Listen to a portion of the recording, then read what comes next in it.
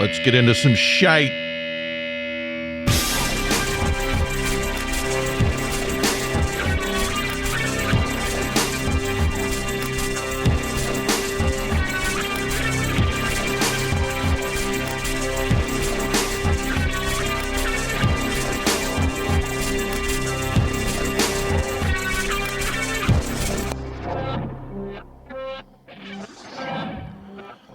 Welcome, tuners. Hey, back again. We took a little break. I'm not going to spend a lot of time talking about it. We're going to do that next week. This week is a special show, and it's nothing but a Halloween celebration. But I did want to check in and say, hi, how you doing?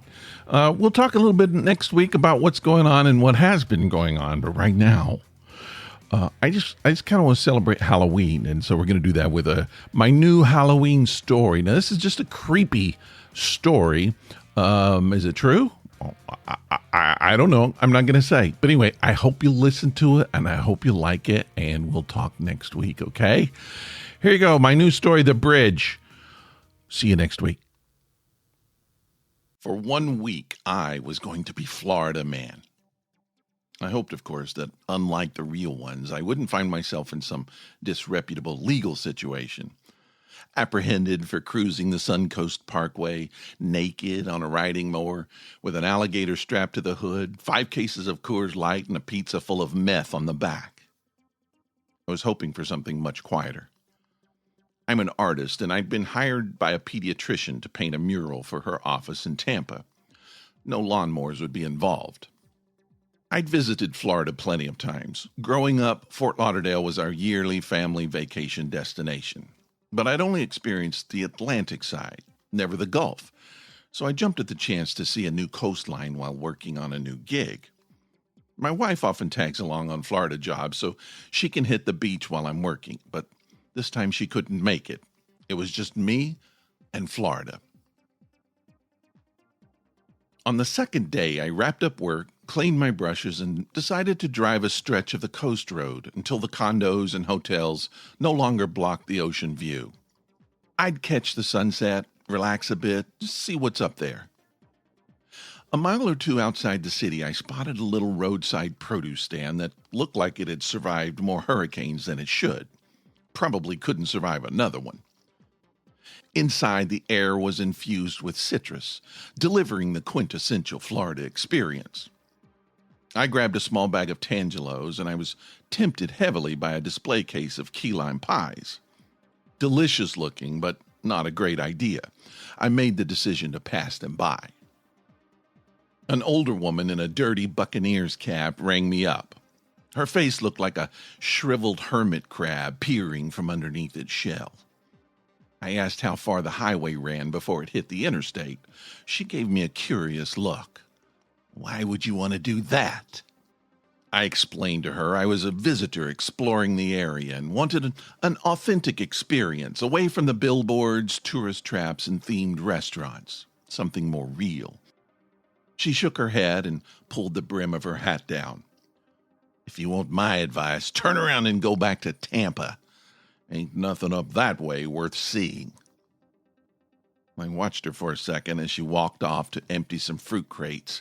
I told her thanks and took my bag out to the car. One of my friends used to joke that I could get lost driving in a parking lot. And it's true. It's actually happened. Let me acknowledge I have a terrible sense of direction. Interstate numbers and street names are just math to me, and I'm horrible at math. My GPS is my essential, ever-present co-pilot. Without it, I'm about as lost as a golf ball in high weeds. But I figured if I kept the beach on my left, I'd be heading north. And when I got ready to travel back south, all I had to do was turn around. If I make a wrong turn, my phone would save me. A great plan. It lasted about 5 minutes, right up until my phone dropped service and the GPS went dead. I wasn't worried, though. North ahead, south behind. Stay on the road, and there'll be no problems. It was a beautiful evening with no traffic on the little highway. I had a bag of Tangelos and nowhere else to be. It was a nice drive, but after a few minutes, it started to look like every other small-town back road I'd ever seen. A few palm trees, but mostly cows and scrap cars. After about 45 minutes, I figured I'd seen enough small-town Florida for one night, decided to head back. It was full dark now. Country dark, as we say in East Tennessee. My headlights found a short, narrow driveway. I swung in, backed up, and started south again, hoping it wouldn't be long before my phone and GPS would be restored. A couple of minutes later, headlights came up fast behind me. Too fast. The beam shot up in my mirror and stayed there. Some jerk clearly wanted me to move, but that was the exact way to make sure that I didn't. If he didn't like my driving, he could go around. I was already doing 55 in what was probably a 45 zone, but this guy was riding my tail like he owned the road. He'd pull up within a few feet, back off for half a second, then close in again until his lights engulfed the inside of my car. I squinted in the rearview mirror, trying to make out what kind of car it was. Maybe a cop. Hope not. I was speeding for sure. But I didn't see any blue lights or a light bar, no cop markings at all. Just one person in the driver's seat, and that was all I could tell. After a few seconds, the car squealed and swerved around me, then blew past like I was standing still. Its taillights weaved ahead, wild and erratic, like he was trying to die. It was a 2-lane highway, and this dumbass stayed in the wrong lane way too long, even over the hills and blind curves, putting everyone in danger. Now that he was off my ass, I eased off the gas to give him plenty of space. The second I did, his brake lights flared. His car slowed hard and dropped right in front of me, close enough I could see the shape of his head through the rear window. He was watching me in his mirror. He started tapping his brakes, short bursts at first, and harder, like he wanted me to rear-end him. At that point, I realized this was not random. Whoever this was, he was badgering me on purpose. My little Toyota wasn't built for road duels. His big Dodge Hemi could have eaten me alive if he had wanted to. He had to tone it down just to stay near me. But that didn't seem to matter, though. He drifted back into the left lane, pacing me, speeding up, slowing down, edging forward like he was daring me to race. Race? Couldn't he even see what I was driving? This guy had to be insane. I kept both hands on the wheel, my eyes locked straight ahead. No sudden moves, no eye contact. I didn't want to give him any excuse to think I was playing along. I've always heard if you ignore bullies, they'll eventually go away. So I figured if I pretended he wasn't there, he'd get bored and drive off before I got mad and did something stupid. He kept right beside me, inching up, falling back, like he couldn't decide whether to race me or run me off the road. Then he reached out his passenger window and threw something at me. It looked like a plastic Solo cup, and it smacked the side of my car and splattered across the windshield. If that wasn't tobacco juice, I didn't want to know what it was. Then came a beer can. Apparently, he was going to unleash all the trash from his car on me. I could hear him laughing. I couldn't figure out how or why I'd become his personal target. I decided to turn and look at him. He was a bulky guy, sort of a musclehead type, the kind who probably never stopped talking about his high school wrestling days. The most obvious thing about him was his flaming red hair. And not Conan O'Brien red, I mean fire engine red, like a demented clown glowing in his dash lights. A big teardrop tattoo was permanently engraved on the left side of his face, and I swear, a mouthful of metal braces. The weirdest braces I'd ever seen, too. And the car lights, they looked like twisted wire, barbed wire almost. He leaned halfway out his window, screaming in the wind. I couldn't understand his words, but it didn't matter. I could read his lips well enough to know it wasn't polite. Mr. Red Hair flipped me off, shouted something obscene, and laughed like this was the most fun he had had all week. I kept my eyes forward, hands tight on the wheel, waiting for something else to come flying out of his car. A bottle, a boot, a half-eaten bag of Purina Gorilla Chow. Then I glanced over again and saw the gun. A real gun. Small, black, pointed right at me. Holy shit. Before I could think, I slammed the brakes. The front of his car dipped, and he howled with laughter like this was all a big joke. Then just as quick, he jerked the wheel, shot across my lane, and peeled into an Exxon station. I kept going. I wanted to get as far away from that guy as I could, as fast as I could, before he came back. I started wishing I'd taken that old lady's advice and just turned around and gone back to Tampa. She knew something I didn't. Here I was on a dark country road, trying to deal with some crazy driver who was dead set on making me roadkill. Now I was just trying to steady my breathing, glancing at the rearview mirror every few seconds, waiting to see those headlights blaring around the bend. But it seemed to be just me and the road. I glanced in the mirror again. I thought I saw a glow getting stronger, maybe headlights. Maybe not. False alarm. Just my imagination. For the first time in several minutes, it was completely quiet. Peaceful. No streetlights, just the glow of a half moon giving everything a grayish radiance. A loud grinding noise under my tire broke the silence. I realized my car had drifted onto the shoulder, and there, right in front of me, someone was walking on the road. I spun the wheel and hit the brakes hard. The tires squealed. A girl screamed. I threw it into park and jumped out. I'm so sorry. Are you okay? I'm fine. Who taught you how to drive? The hitchhiker stepped cautiously closer. She was young, dressed head to toe in black. No wonder I almost hit her. She was dragging a black duffel bag with both hands, a bag almost as big as she was. She turned and started walking south again without another word. What are you doing out in the middle of nowhere dressed like that? It's pitch dark. I could have hit you. Anybody could have hit you.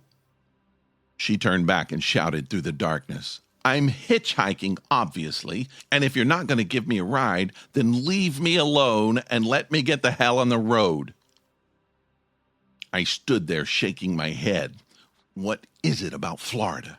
This was officially the craziest night I'd ever had in my life. Red was gone, but now I'd nearly mowed down some runaway kid who didn't seem to care she was one step away from getting flattened. Kidnapped, or worse. The girl couldn't have weighed 100 pounds soaking wet, and that duffel bag looked like it weighed more than she did. I couldn't help it. I felt sorry for her. Where are you going? The bridge, she said. The bridge? What bridge? This was Tampa. There had to be 1,000 bridges around here. Still, if she was walking, it couldn't be very far. Okay, I said. Get in.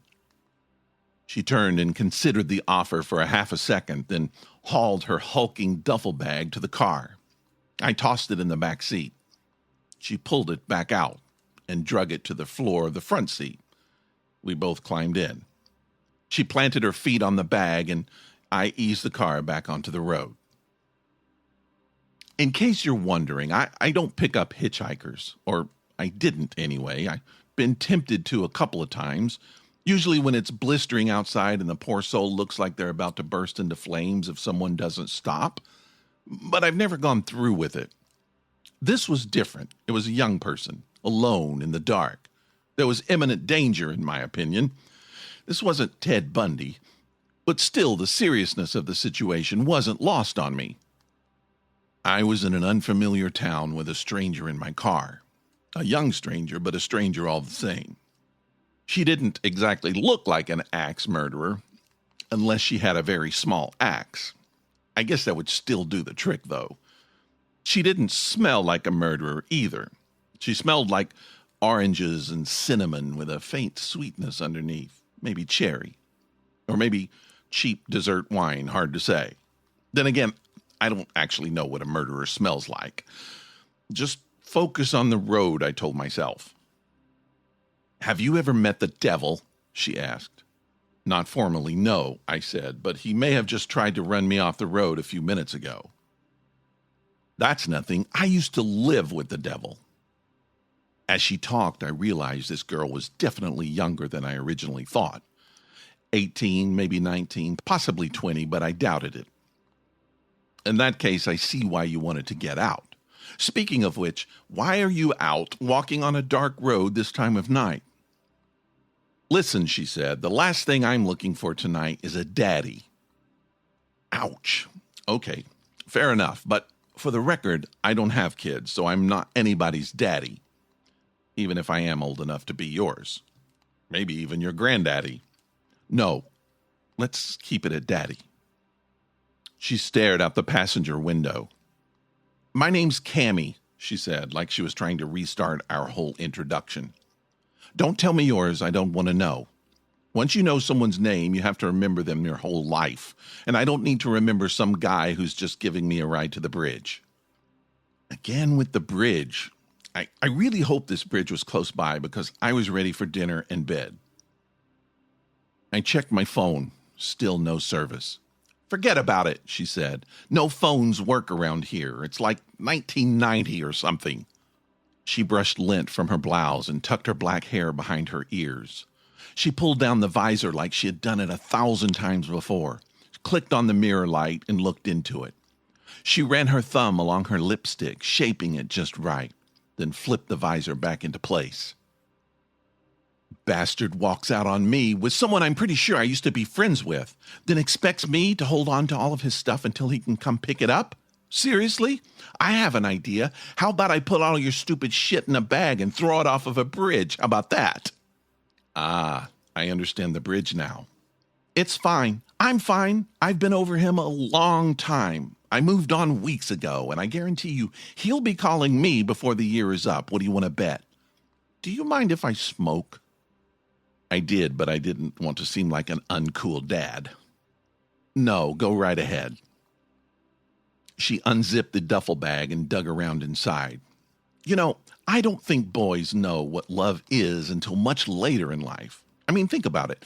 Little girls are holding and rocking baby dolls while little boys are crashing toy cars and trucks into the sidewalk. We're trained to love from the time we're born.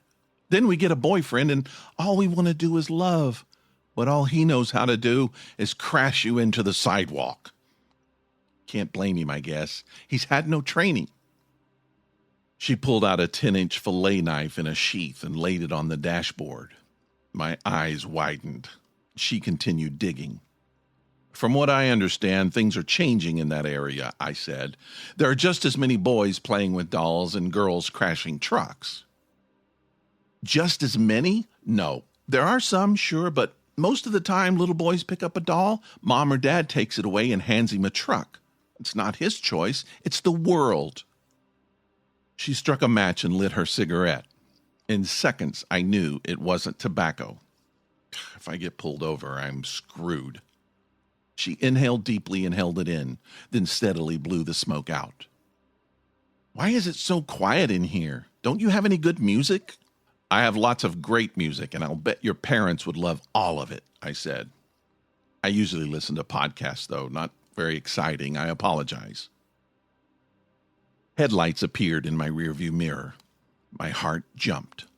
They sped closer until light illuminated the inside of my car. I watched them inch closer. They stayed steadily behind me for a minute or two, then passed. A Subaru. Relief. If you could have a superpower, what would it be? She asked. I don't know, something where I can make lots of money, I suppose. Invisibility. I could go into a bank, take as much money as I wanted, no one would ever see me. That's stupid, she shot back. Do you honestly think anyone's going to sit there watching a pile of money float out the door and not do something about it? You might be invisible, but the money's not. You just wasted a superpower. Then I choose the power to sleep for a week, I said. You're not even taking this seriously, she said. Ask me what I would want. Okay, if you could have any superpower in the world, what would it be? I'd like to fly, she said quickly. You don't think that would be amazing? I do. Then you wouldn't have to rely on complete strangers to take you to your bridges. She popped open the glove compartment and clicked it shut. I believe most humans have superpowers they never use. When I say superpowers, I don't mean power as in strength. Men are always testing how much power they can get. Big cars, big talk, big guns, whatever. You sound very anti-man right now, I said. She laughed. I am right now, honestly. Not always, though. But women do the same thing. We just use hearts instead of horsepower. How much horsepower does that knife have? I asked. She picked it up and pointed it at me, sheath and all. This is strictly for protection. But protection means different things to different people. I need protection when I'm walking out there. But do I need it when I'm riding in here? Or do you? Right now, the only thing between you and the point of this knife is a little bit of leather. How do you feel about that? I knew she was kidding, but I also knew that I didn't know she was kidding. I was pretty sure she was trying to rattle me. I'll have you know, my invisible cloak of protection would engage automatically if you ever unsheathed your weapon. She tilted her head and smiled, and I took it that I had won the banter. She held onto the knife, slid it in and out of the sheath a few times, then leaned back into the seat and stared out the window. Would you like to make out? Whoa! I tapped the brakes without meaning to. Are you out of your mind? And yes, you just might be. How would I know? I just picked you up off the street after nearly running you over because some maniac was trying to shoot me off the road. What in the hell is going on tonight? You're a kid. Why on earth would you want to make out with an old dude like me? Don't have a meltdown. I'm just asking. She sat quietly for a moment. I would totally do it, though. What can I say? I like older men. I'm not bragging, but I'm pretty sure you wouldn't have any complaints about me. I like to love. Stop it, I said. Just shut up. She shrugged and took another long drag. I glanced in my rearview mirror. First of all, I'm married and I don't fool around, and even if I did, I wouldn't with a complete stranger, who I'm guessing still plays with Barbies. Why would you even need to tell anyone? It's just me and you out here. Who else needs to know? That's the thing about strangers. If you don't know them, you can do anything to them. And it's like it never happened. I drove in silence for a couple of minutes, trying to focus. The secondhand smoke was starting to make my head swim. I ran through it all in my mind, everything that had happened that night. It might have felt like a dream, but it wasn't. It was really happening. As outrageous as it all was, it was still real. Every person I'd encountered that night was a stranger, and I was a stranger to them, but that didn't make it any less real. Being a stranger doesn't excuse anything. It's no different from anyone you know. In that moment, I realized I wasn't afraid of being run off the road or stabbed with a fishing knife. There was something worse. I was afraid of screwing up the life I had, trashing the good things, the real things, the relationships that mattered most to me. It hit me how stupid I'd been to let this hitchhiker into my car, no matter how young or harmless she looked. What was I thinking?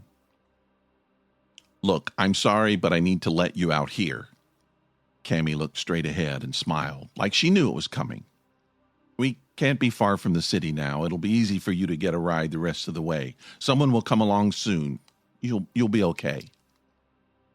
No problem, she said. She rolled down the window, flicked out the remaining stump of her cigarette, and slid the knife back into the duffel bag. I eased the car onto the shoulder and waited for her to grab her things. She hesitated for a moment. Then, without warning, she reached over, took my head in both her hands, turning me towards her until I was staring straight in her eyes. We're all strangers, you know. Even the people you think you know.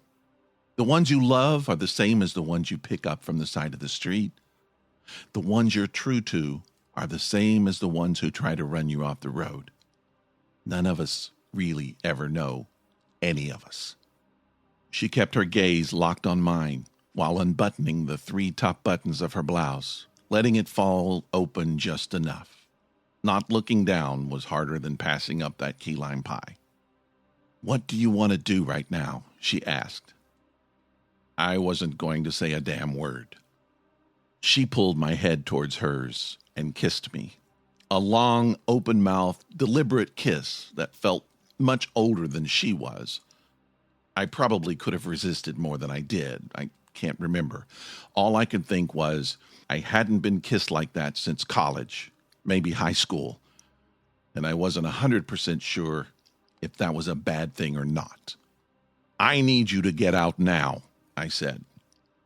She realized the ride was over, but she wasn't willing to give in completely. She grinned, leaned in toward me, and ran her tongue slowly up my face from chin to the tip of my nose. "Goodbye, Daddy," she said. "It would have been fun at the bridge. You'll never know what you missed." She hopped out, dragging the heavy duffel bag behind her, and slammed the car door. She walked a few steps in front of my car, stuck out her thumb, and disappeared into the dark as I pulled away. She was gone, but that scent, orange, cinnamon, and cherries, hung around.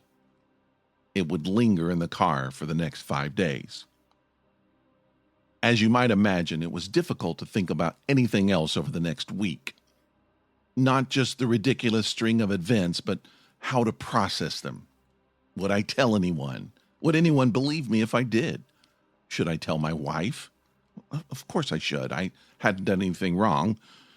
But then again, maybe I wouldn't. No, there was no sense in getting her upset. I definitely wouldn't tell her. Come to think of it, no one needed to know what happened. I'd just keep it all to myself. Toward the end of the job in Tampa, I was putting the final touches on the mural when the skies began to turn stormy. I pulled up a local news site to check the weather. I scrolled for a couple of minutes, and then, wow, there was Cammie.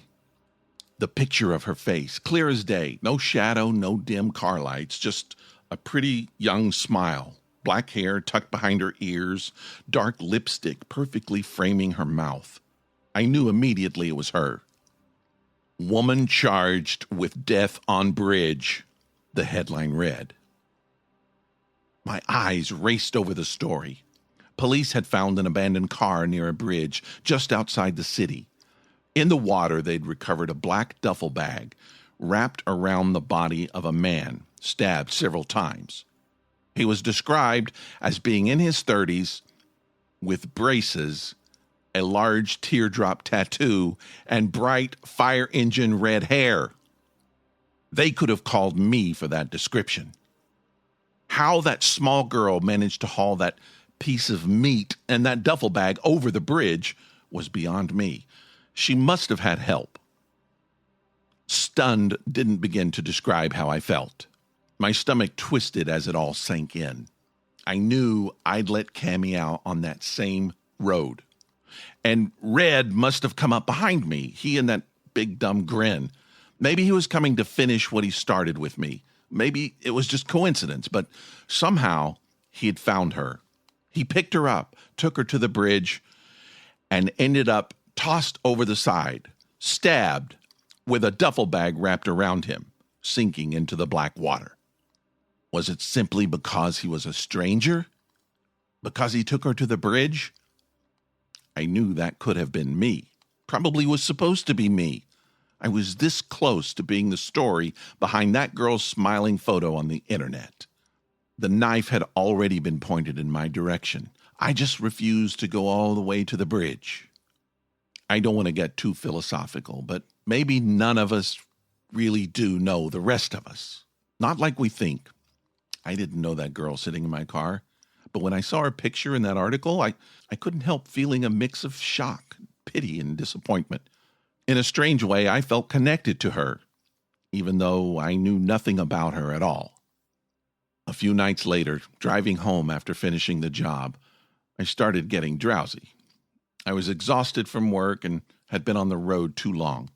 I told myself some coffee and loud music would keep me awake, but at one point my eyes must have closed for just a half a second too long because the rumble strip jolted me awake. My heart was hammering. I pulled off the side of the road just to clear my head and wake up. The cool air sobered me quickly.